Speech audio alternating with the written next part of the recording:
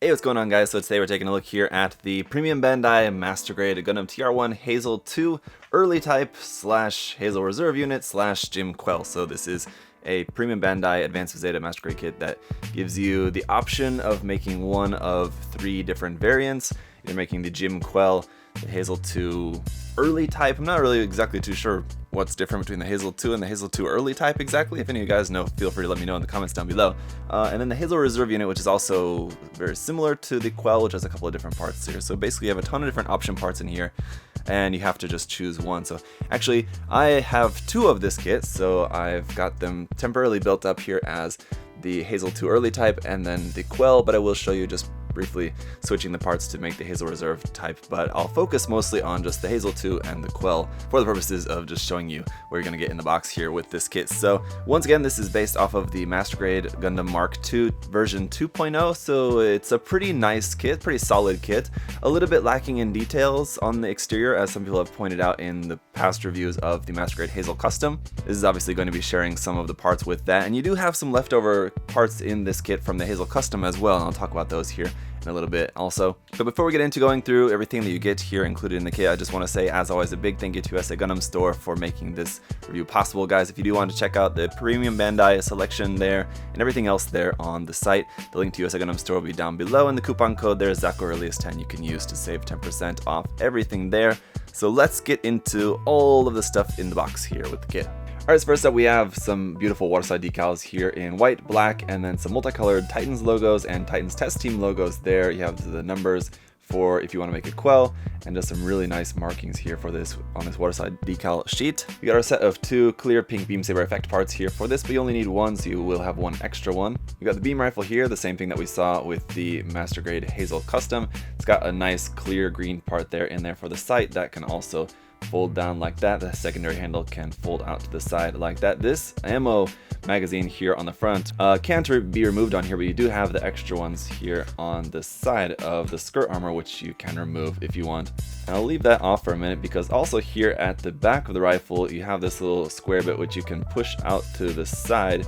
If you push that through, it kind of pops out more on one side, and then you can use that to plug on here to the side skirt as well. So that can be stored on there like that, which is pretty cool. Also, as you can see on the handle, you have a little indent there on the left and the right side that will plug into the peg on the inside of the hand for a nice firm grip on that. Otherwise, though, this is pretty basic. I mean, it's just all one color, and it's basically just 2 halves sandwiched together with just a couple extra pieces in there for the camera, the secondary handle, and the end of the barrel tip is a separate piece as well. So pretty simple, but nice details are alright. We've got the shield here, just pretty standard. It has a connection part which will plug onto the back of the arm, so you can choose whether you want to have the shield plugged onto the side of the arm or the back of the arm. You just choose whichever slot you want for that. This handle on the inside of here will not actually move, it's just a molded detail there. You can't actually pull that out. You'd have to cut and modify that, which I suppose wouldn't be too hard if you wanted to have this handle actually out, but otherwise that just plugs here, and so that is just pretty simple. Then we have the rifle, which is used by the Hazel Reserve type and the GM Quel, so this one also has just a little foil sticker there for the camera. Again, pretty simple, it's just a couple pieces. This ammo magazine here at the back can be removed there if you want. We don't have any spares or any extras or anything for that. You can see here we have the indent for clipping this into either the left or the right hand again, so you could dual wield them both if you wanted to, but it's nice we have an alternative rifle here for our alternative forms of this kit.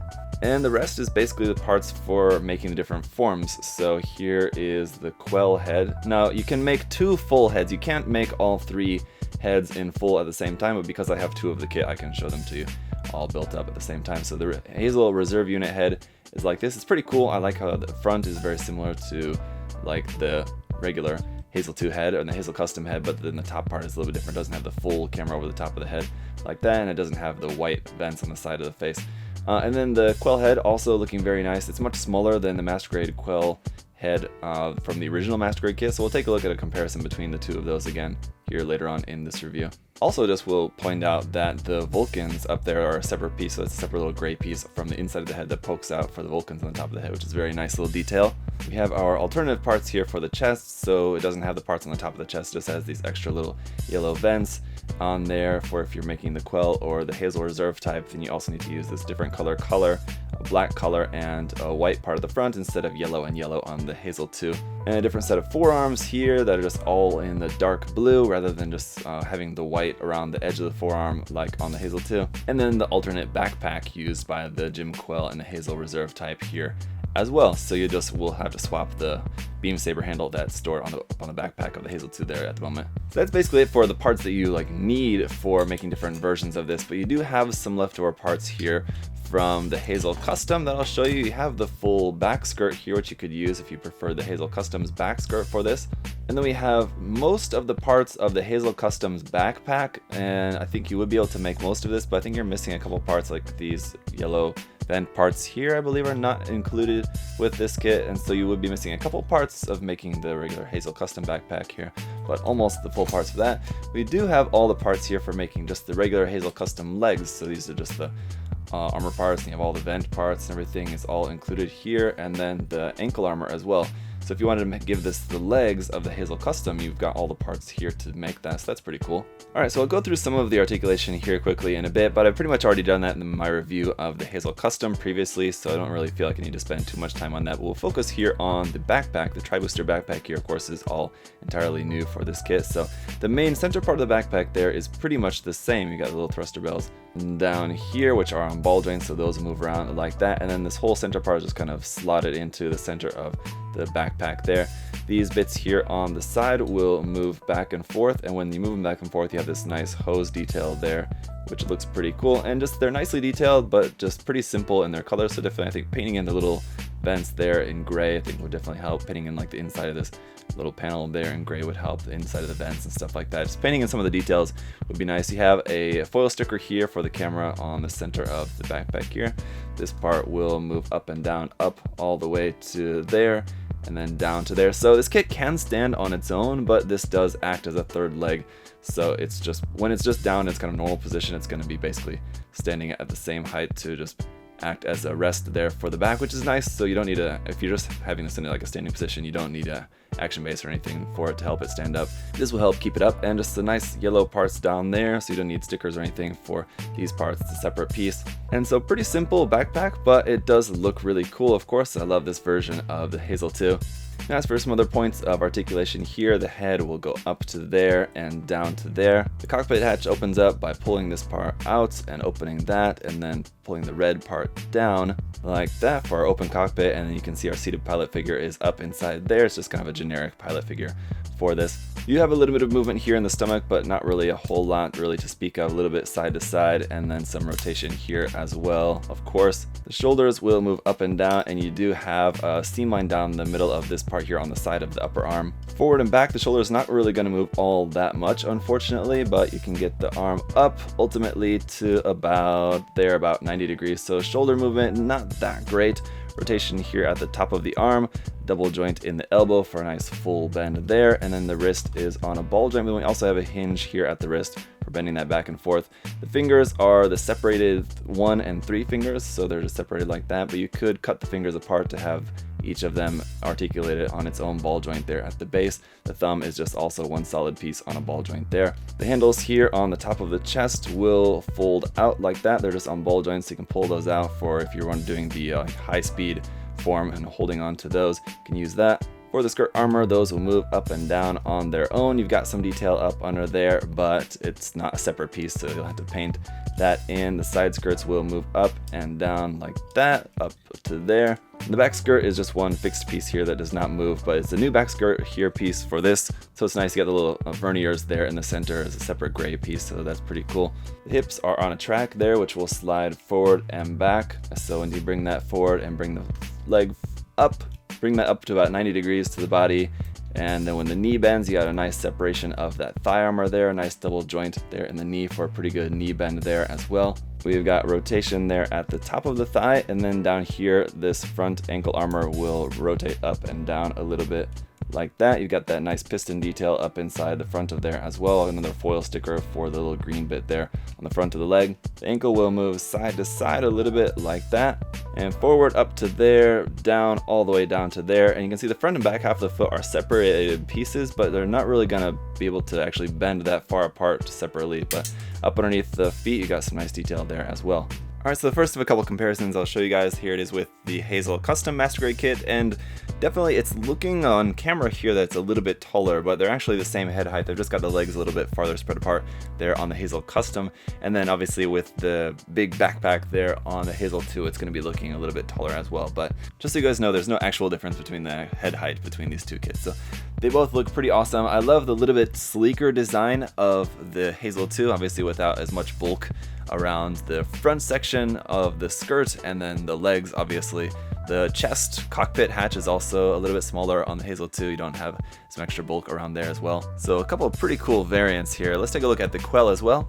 And so here's once again a look at the two of these together, the old original Master Grade kit and now the new, I guess, quote-unquote 2.0 version of the Quel essentially here.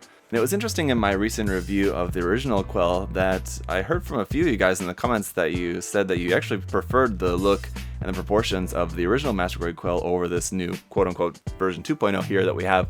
And I can definitely understand that. This new version almost is more like a, sort of like a version Kotoki of the original. It seems like it has a smaller head, the longer, bigger legs, and the feet are more Kotoki style. So it's just sort of like a Master Grade GM Quel Burka almost in a way, which is kind of interesting. But in terms of the construction, quality, seam lines, and everything like that, articulation, everything, obviously the new one's going to be much better. Although once again, I'll just point out the one thing that the old one has the advantage is that here the little V on the front of the crotch there is an actual separate yellow piece, whereas this one is just a yellow sticker, unfortunately. And then one other minor thing also is that the visor on the old Master Grade Quel is just a clear visor, so you could paint that in a different color if you didn't want to have it orange, whereas on the new one it's orange, so if you wanted to have like a blue or green, yellow visor or something like that, you're not really going to be able to do that. And so all in all, this kit is going to be a little bit of a mixed bag. There's some pros and some cons. As far as the kit itself, it's pretty much all positive. I mean, the articulation is all pretty good, and while it may not be super detailed, it does have some nice detail there, and there's plenty of room in there for you to go in and add some more detail if you want. Most of the pros and cons are just going to be sort of with the way that the kit was released. Now, first of all, it's a P-Bandai kit, and obviously nobody likes P-Bandai kits, so that's going to be the first strike against it. And the second strike, which is also, you could see it as either a pro or con, is the option. So the option to build one of 3 different variants. Some people might see that as good because they like the ability to choose between the different variants, and maybe you're the kind of person that would like to maybe change your display every now and then, you maybe switch it to a different version or something like that, or you want to build and paint all the parts and everything and you still want to preserve the ability to make different versions. So maybe you like that, or maybe you don't like the fact that you're paying for a lot of leftover plastic that you're not going to use. You won't have a ton of leftover parts with this depending on which version you end up making, but you will have leftover parts that you really can't do anything with if you're just buying one of this kit. And if you do buy 2 or 3 of the kit in order to make multiple different versions here in the box, that's obviously going to be costing you quite a lot, being that it's a premium Bandai Master Grade kit, then you're still going to have tons of leftover parts either way. So I mean, I'm always one for options, but when it comes to stuff like this, I would almost prefer that they just release them as just separate kits.